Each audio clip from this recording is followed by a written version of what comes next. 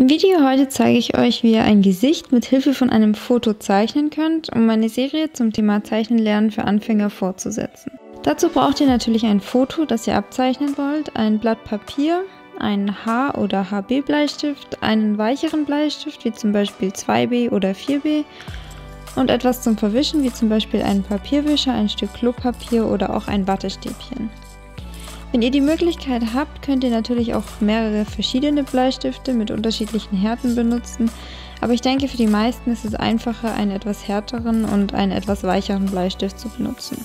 Um jetzt das Foto zeichnen zu können, fangen wir an, ein Raster über das Foto zu legen. Wenn ihr kein iPad habt, könnt ihr euer Referenzfoto auch ausdrucken.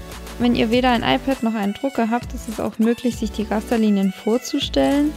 Das habe ich in der Vergangenheit auch schon oft gemacht, aber vor allem am Anfang ist es super hilfreich, wenn man die Linien visuell vor sich hat. Viele machen es ja so, dass sie ein gleichmäßiges Raster einzeichnen, also immer die gleichen Abstände zwischen den Linien haben.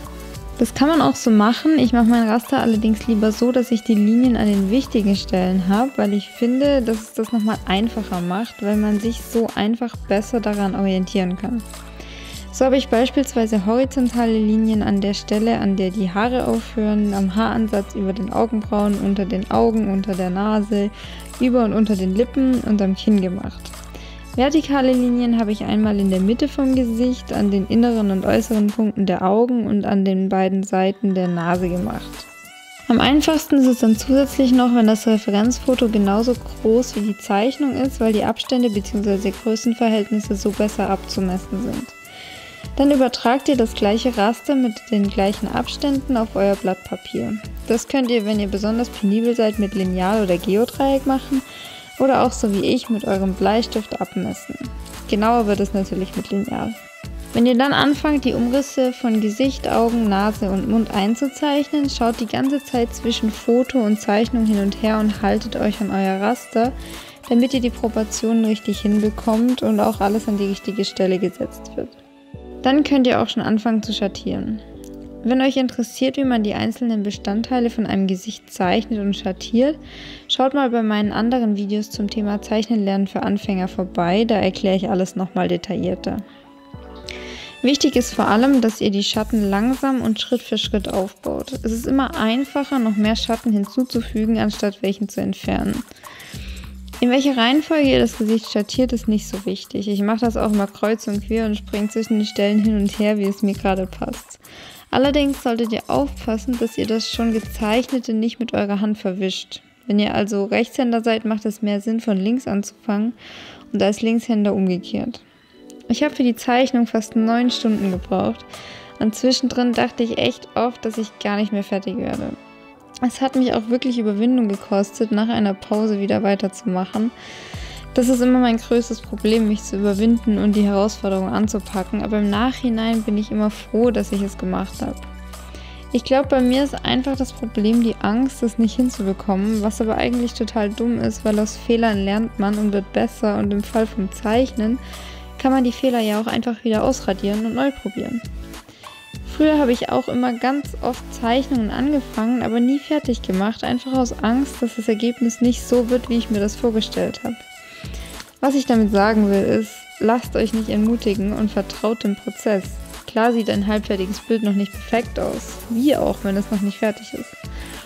Und mit jedem Strich, mit jedem Fehler und auch mit jedem Erfolgserlebnis lernt man dazu und wird besser.